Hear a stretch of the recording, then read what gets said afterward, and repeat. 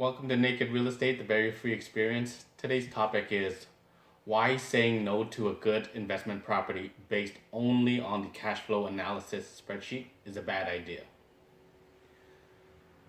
Many times I've sent properties to investors and they look at the cash flow spreadsheet and they'll say no to the property, and I have no idea why.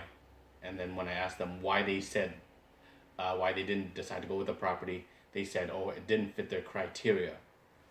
And what I realized from that was most of the time their criteria was an unreasonable expectation of what an investment should do.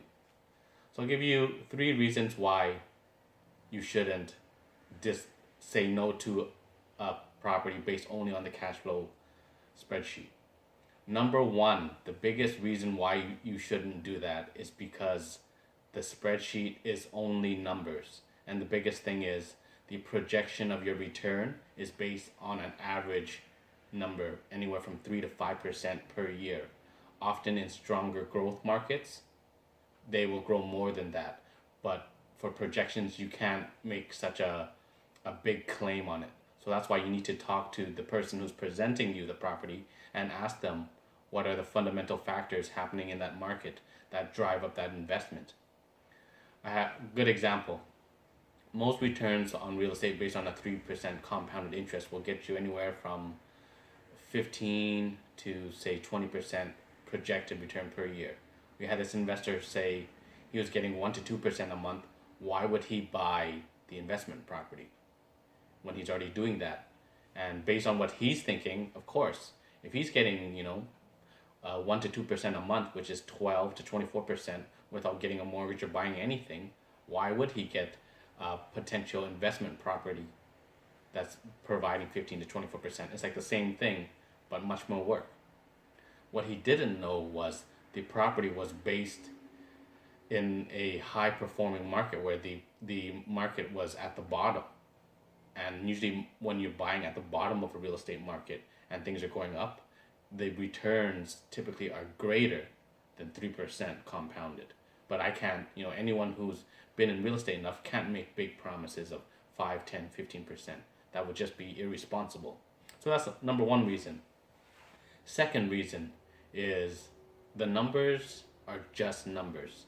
Where, say for example, if somebody's more conservative on the rents and they put a lower rent on the cash flow projection than they could actually get, which also adds to your return. But you haven't done the homework to actually see, okay, well, what could I actually get? You're just judging based on what's on the spreadsheet and actually not doing your homework, right? So that's what I think is an ill-informed information, a decision based on an investment. And the number 3 reason why you shouldn't just base your decision looking at the cash flow spreadsheet is because it's a very one-dimensional analysis. The number 1 screener for picking any investment has to be positive cash flow.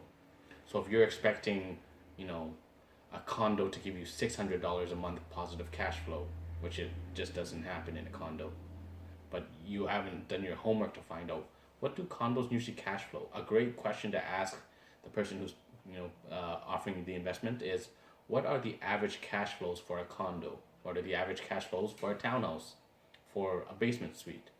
And then you have reasonable expectations to work off, rather than an unreasonable expectation where no investment is going to meet your criteria.